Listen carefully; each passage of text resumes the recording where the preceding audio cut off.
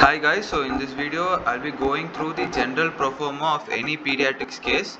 So when it comes to pediatrics, there are certain special histories which you need to take note of and you need to emphasize on while you're presenting the case. So I would like to go through all of those.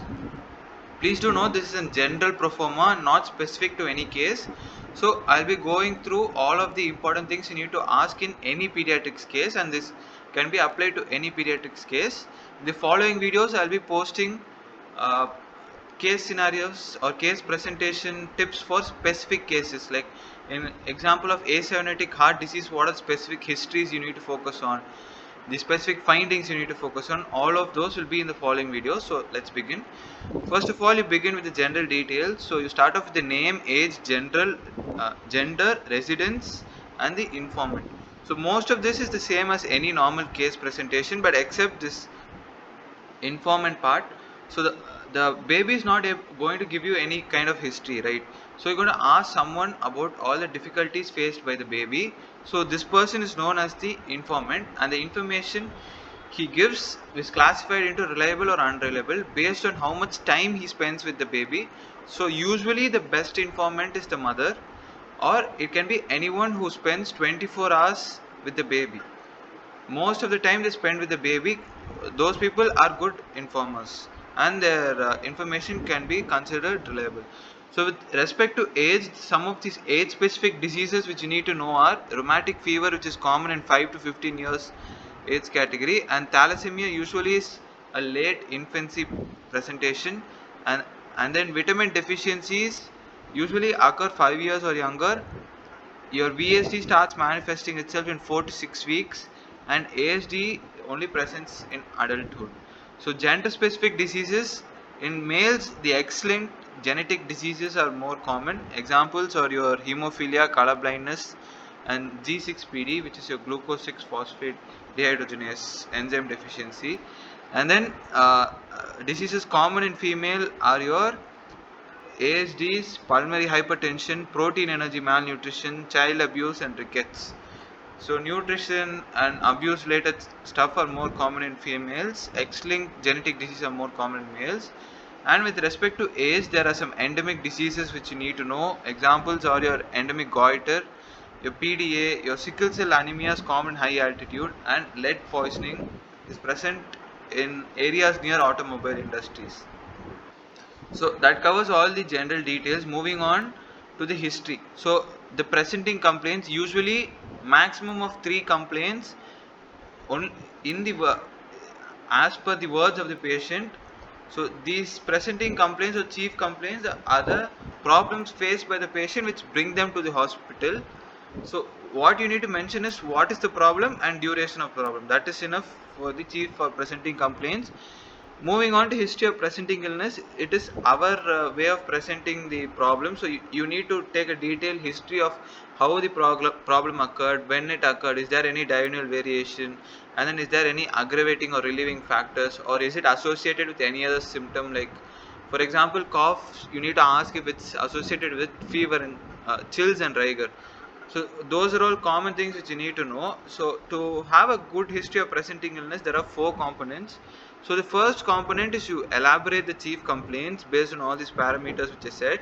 The second part, you ask for systemic complaints. For example, a patient comes with a CVS symptom, like he comes with some kind of palpitation. You need to ask him about other CVS complaints, like is there any chest pain, is there any dyspnea, is there any orthopnea. All of these things you need to ask in your second part of the history of presenting illness.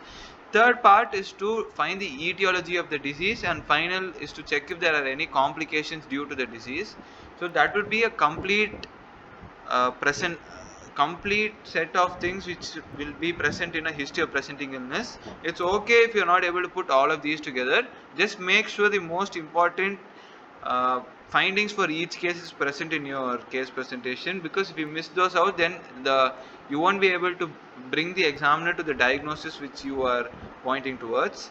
And then past history. So past history, like previous any histories of infections, illnesses, sore throats, all of those are very significant when it comes to your CVS cases, because CVS cases usually present as recurrent respiratory infections that should raise a suspicion for it to be a serious case, and you need to rule it out.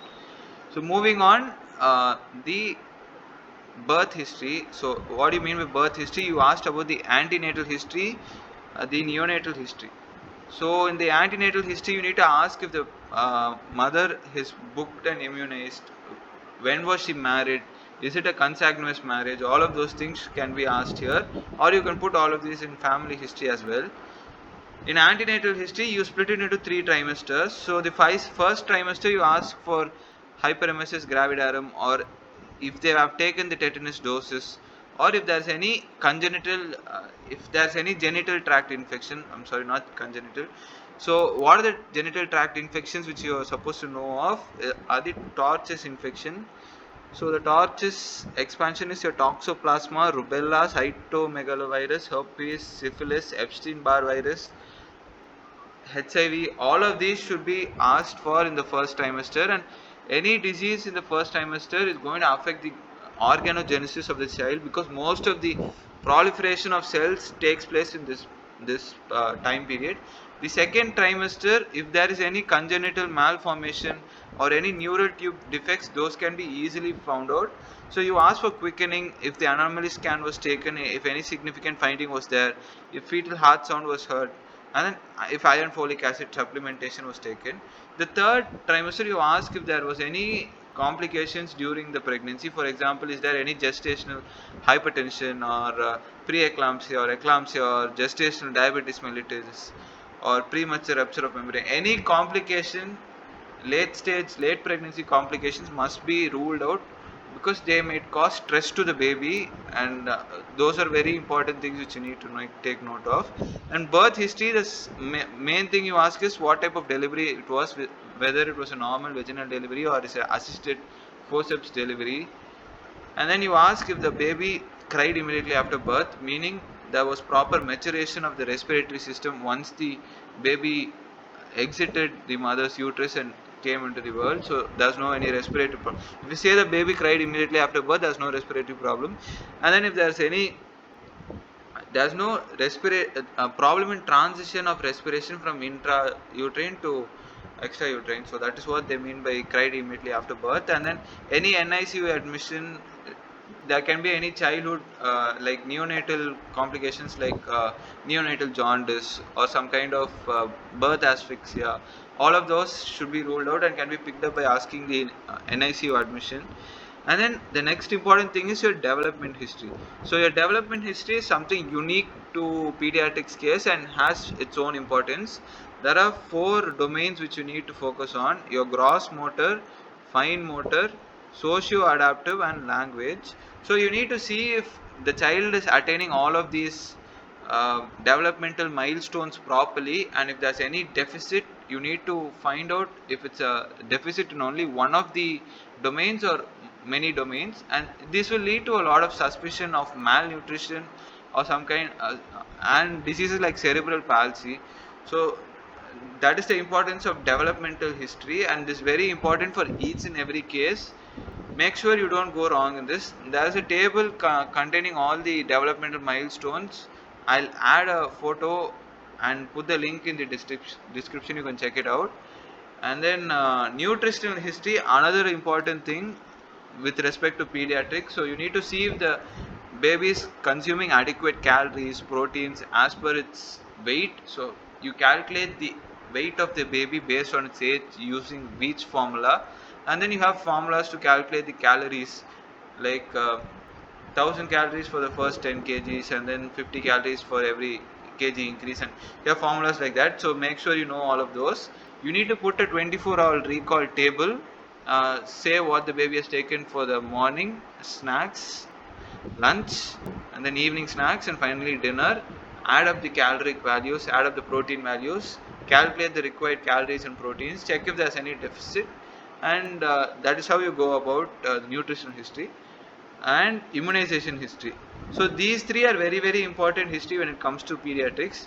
Immunization history, you need to tell if the baby has been immunized up to age or he has missed any vaccine, and what is the last vaccine he or she has taken. So that's the importance of immunization history. There are 2 schedules which you need to know. One is the Indian Academy of Pediatrics schedule, which is followed in private setups and is the best schedule. And then you have a universal immunization policy which is followed in government setups. There are minor differences to both of them. You need to know both of them in by heart.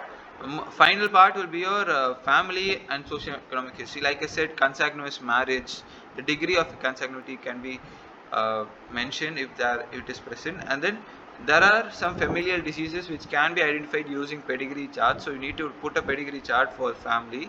And finally, socio-economic class, like low socio-economic group can have malnutrition, or you can have respiratory diseases, diarrheal diseases, then rheumatic disease. All of those are common in low socioeconomic groups. So those are some things which you need to take note of, and you need to mention they belong to which socioeconomic class based on the specific scales like Kupswami scale and BG Prasad scale.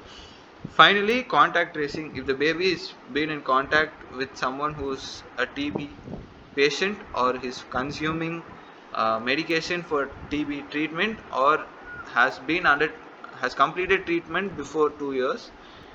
So those are the important histories which you need to focus on for a pediatrics case.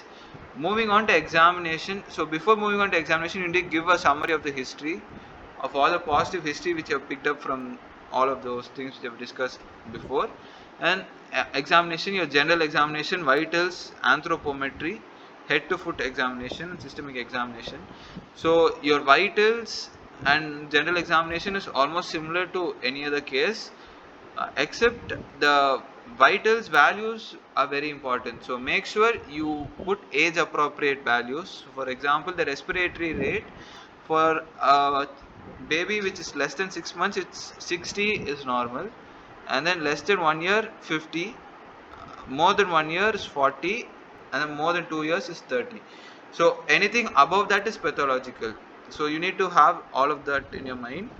And then most important thing is your anthropometry.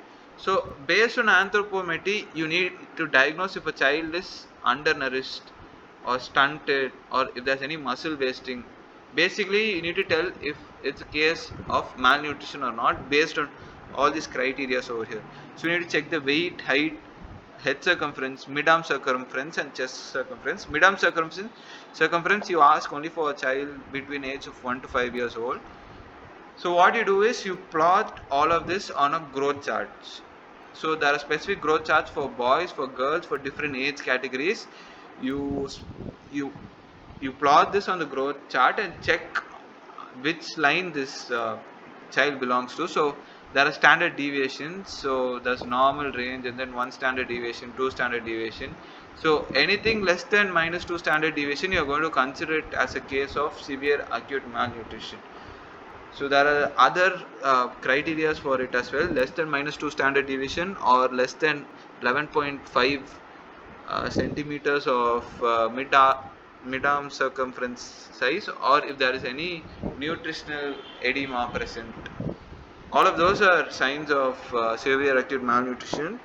And then your head to foot examination is very important in children under 5 years of age. Over 5 years, if you have any specific finding, you need to add this.